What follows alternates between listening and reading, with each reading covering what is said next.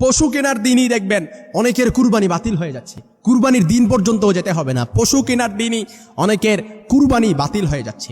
অর্থাৎ গত বছর কুরবানি দিছে 1 লাখ টাকা দিয়ে, তো এই বছর একটু টাকার লেভেলটা বাড়াতে হবে, তা না হলে লোকে কি বলবে। তো টাকার লেভেল বাড়িয়ে তারপর পশু কিনতে গেল। পশু কেনার পর যখন 1,50,000 টাকা দিয়ে ধরেন পশু কিনছে, পশু কেনার পরে যখন এই পশু নিয়ে বাড়ির দিকে রওনা হলো, কুমিল্লা শহর থেকে বাজার থেকে তারপর পশু কিনে আনলো। তো আনার পর যখন আসছে লোকে জিজ্ঞেস করতেছে, ভাই পশুটা কত নিছে?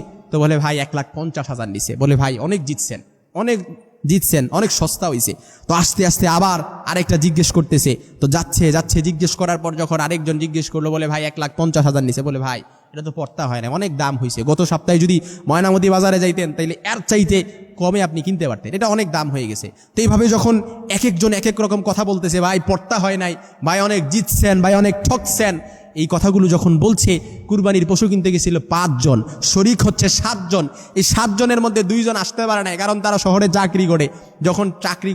যখন তারা গ্রামে দিয়ে কুরবানি দেওয়ার নিয়ত করছে, 2 দিন আগে আসছে, তারা কুরবানির পশু কিনে নাই। তারা বলছে আপনারা কিনে ফেলেন, সমস্যা নাই।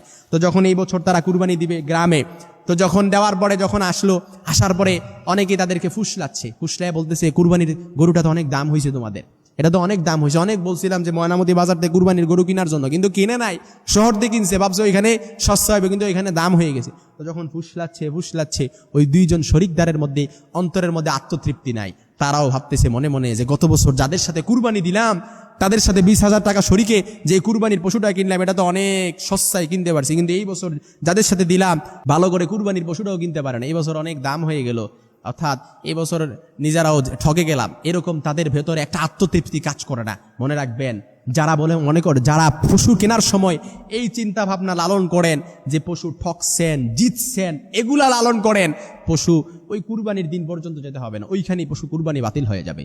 এজন্য কারণ আল্লাহ তাআলা পবিত্র কোরআন কারিমে বলেছেন, লা ইয়ানালাল্লাহা লুহুমুহা ওয়ালা দিমাউহা ওয়ালাকিন ইয়ানালুহুত তাকওয়া মিনকুম।